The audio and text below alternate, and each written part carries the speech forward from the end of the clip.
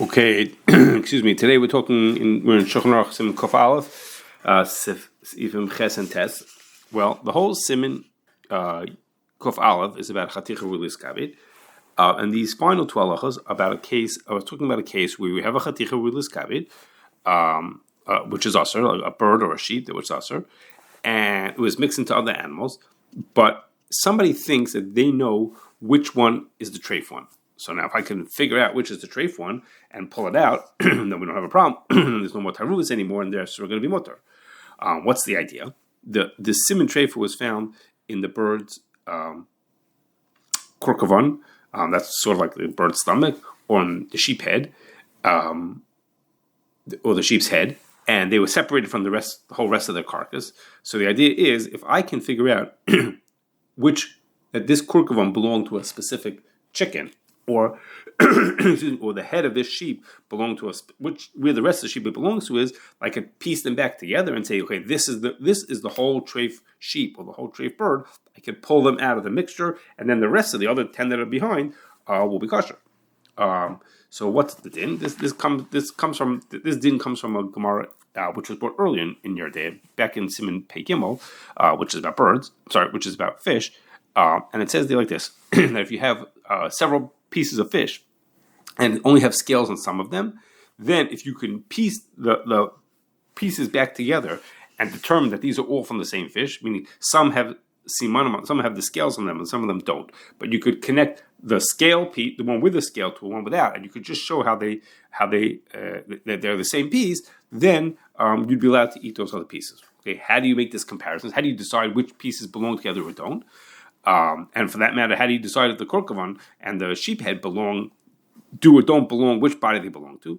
So, as a rule, you can only be mako, if you can put the pieces together sort of like a jigsaw puzzle, and you can prove that the pieces fit together just by the way they're cut. You see the cut goes this way and that way, and the other one fits right into it. So you see that these two are a match, and they actually came from the same animal, or the same fish, or the same bird, depending on the situation. The Taz says there are certain very specific cases where you can do this based on a visual comparison, which is to say is the fat on the korkavon looks like the fat on the carcass, and you could say they're the same, they have the same look to them, and therefore you could say they're the same, or something like that. But so the Taz says there are some situations when you could be samach on that, but the Taz says nowadays no one has the bikias to be able to know based just on these visual comparisons. And the only way you could ever think about being mako is in situations when the pieces could be lined up, like I said, like as a jigsaw puzzle, and made into one whole piece. That's the only case where you could even think about being mako. Okay, now, another thing is that the case of the korkavon, or the sheep, the one talking about in our din, the sheep head, are cases where midaraisa, the entire mixture is mutter. Why? Because the treif sheep or the treif bird are batal b'roiv into the other ones. The reason why we have a shaila over here is because we're talking about a chaticha rulis kabit, and midrabanan it can't be batal. Midaraisa it would have been batal. We're left with the shaila of midrabanan, and that's why that's what we're discussing over here. Everything we talk about over here revolves around shaila of midrabanan. The Chasam Sofer says, but what happens? That's the only time you could be samech on these types of comparisons is when basically you're dealing with only a shayla with Rabban in the first place. But what happens if it had not been batam in the right? Let's say there's just been two animals, and one was the kasher and one is the treif. So there's no bitul over here.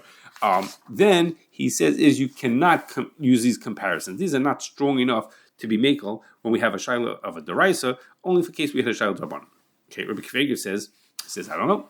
He says, look, the Gemara, that's true. By the case of korkavon and the sheep, it's true that they're it's only a shayla v'drabanan. He says, but as I mentioned, this all comes from a Gemara about fish fillets, or just pieces of fish. Well, in the case of the fish, it's a shayla v'drais over there. We have no idea whether a specific piece of fish is kasher or treif. So he says, I could see from there that you could even make even when it's a shayla v'drais. So this is the machlokes in the Achronim. In Badi Shulchan, he talks about how the Chasam Sofer might answer this kasha from the case of the fish. But anyhow, so we're left here with this machlokes in the Achronim about whether you could be makel to to be samech on just comparing pieces to each other when we're talking about a derabbanan. When we're talking about something that's, when we're talking about a deraisa. Okay, now, this whole thing that we've been talking about, this whole shaila about comparing fillets, etc., or comparing fish, birds or sheep, came up in a very specific shaila. Okay, a caterer ordered hundreds of fillets of sea bass to make for an event. And so before I just move on, let me just explain what a fillet is, just for whatever it's worth. And that is, there's two basic ways to prepare that most fish are cut. Most fish are cut. In both of the cases, both ways I'm about to describe to you, you take off the scales and you take off the intestines. That's the first step. That's fish. That happens no matter what. But a steak means when you have a fish that has a very thick flesh, like salmon or shark, it has thick flesh. So you can cut the flesh perpendicular to the spine, and then into several pieces, and each one of them is called a steak. It's called a salmon steak or a shark steak. You cut it lengthwise. It comes with a horseshoe shape to it. You cut it perpendicular, not lengthwise, perpendicular to the spine, and it makes this piece that we call a steak. Okay. Fish that have thinner flesh, like think about flounder, that have very thin flesh, you can't do that. If you cut that, you get nothing. You get like a little string. There would be nothing there to eat. So there what you do is, again, you took out the intestines and the scales, you took them off already. Then you cut them parallel to the spine. So what happens is that all the flesh of this fish that was on one side, sometimes even do with both sides, but all the flesh that's on one side comes out to this long, flat piece, and then you cook it, and that's called the fillet. Okay, so these are the two typical ways that you cut fish. Other things like crabs and shrimps and oysters have nothing to do. They're totally different. Okay, but this is for most typical fish. Okay, now it happens to be that fish steaks, there are kosher and treif, lots of kosher and treif versions of fish steaks. In fillets, almost all the ones that are sold commercially are kosher. It happens to be. One notable exception is catfish, which is treif, and it's sold as a fillet. But by and large, most of the fillets happen to be that they're kosher. Anyhow, back to our story. Okay, so this caterer ordered hundreds of sea bass fillet for an event that they were going to be having, a kosher event, of course. And he told the company, leave a skin tag on them so it can be as a way to confirm that these fillets are from a kosher fish. Okay, well, there was some kind of a miscommunication. And what happened is they left skin tags on only some of the pieces. Okay, so of the hundreds of pieces that came, only, I don't know, we'll make up a number. 20 of them had skin tags on them, I don't know, whatever. A certain amount of them had, but the rest of them did not. And the mashgiach put all the pieces, lined up the pieces, and they all seemed to be the same. He looked at the fat lines, the shape, the size. They all seemed to be give or take the same thing. So they had the same kind of features of it. And the question was, is that enough for him to be matter this caterer who had invested all this money into these fillets and needed them for an event that was going on in a few hours? Was it good enough to be makel? So in this case, there's no way of putting them together, like we mentioned, like as a jigsaw puzzle, because they're not from the same fish.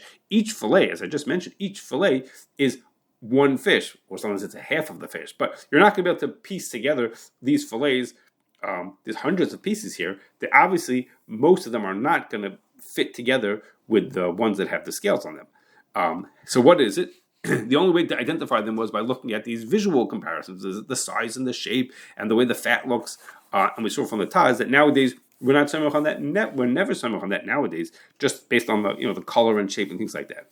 Plus, second thing is that here we have a question. It's not a chatichul question. Here it's a question of a deraisa. We don't know if the fish are kosher or not.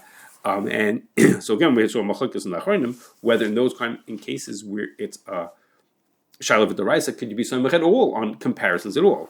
Okay, so for those two reasons, in this case, there was no way to allow these fish to be sold as kosher. As an aside.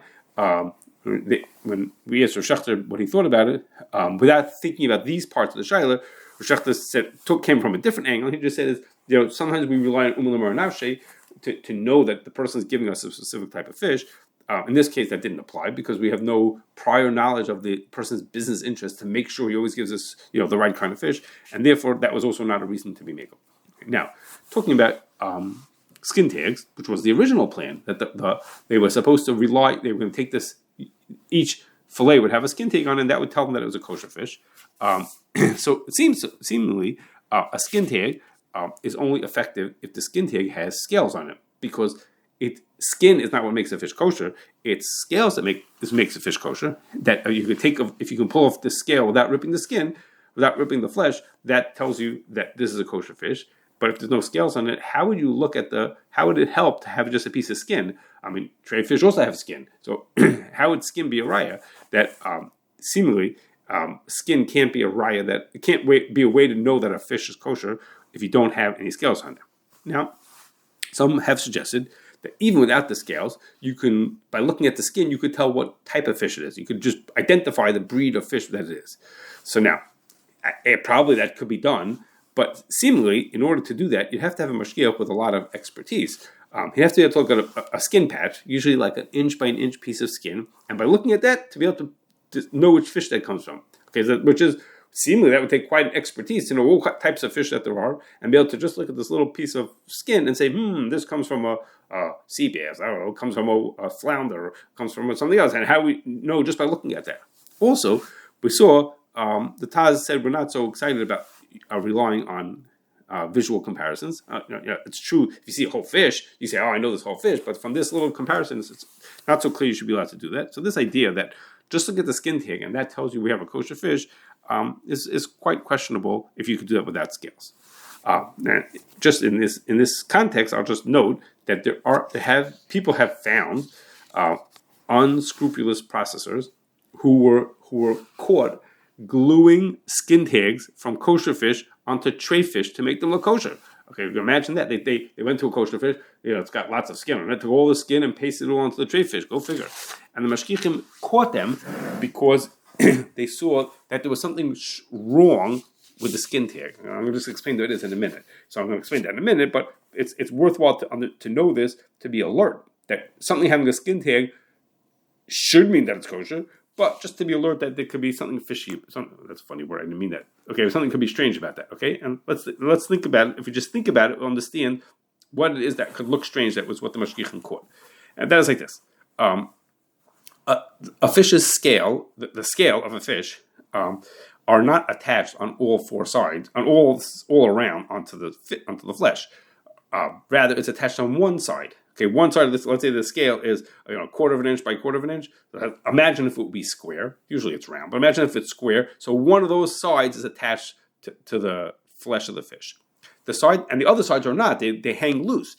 The part that's attached is always the side that's closer to the fish's head, which is to say is when the fish swims, the water pushes against the scales and they lay smoothly on the fish's body. If the part that was attached was on the back of the scale, the part that towards the fish's tail, then when this fish would swim, the water would push the scales away from the skin and rip them out of the skin.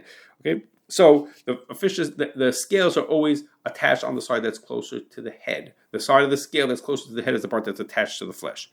So if you see skin tag and the skin tag has scales attached to the side that's closer to the tail, you know that something's wrong over here, and that this skin tag is not the way it grew on this fish, and who knows where it came from. Okay, now how do you know which side you're looking at a fillet? How do you know which is the head? There's no head left on the fillet. They cut the head off already. So the answer is usually fish are wider at the head than they are at the tail. The tail gets narrower. So by looking at the shape of the fillet, saying, this is the head, this is the tail. How come the scale is facing that way instead of facing that way? Will tell you that somebody put this here, and this is not the way it grew by itself. As an aside, it happens to be also they tend to leave the skin take on the tail area where it's harder to get the skin off. Anyhow, it's not so usable. So that's where it tends to be. That's another indication. Another thing is that a fillet is basically a flat piece of fish. But the top and the bottom of the fillet are not the same. Which is what I mean is the fillet is thin, so it has a top and a bottom. Top and bottom. The bottom, the part that faces the inside, the intestines of the fish, is flat. The part that's on the outside of the fish is rounded. So scales of a fish are always on the outside of the fish, not on the inside of the fish. That should be pretty obvious. So it means is if the scales are on the flat side of the fillet, something is wrong. The scales need to be on the round side of the fillet, which is where they would be if they really came from this fish. Anyhow, so these are just some ideas of ways processors cheating and putting skin tapes where they weren't supposed to be.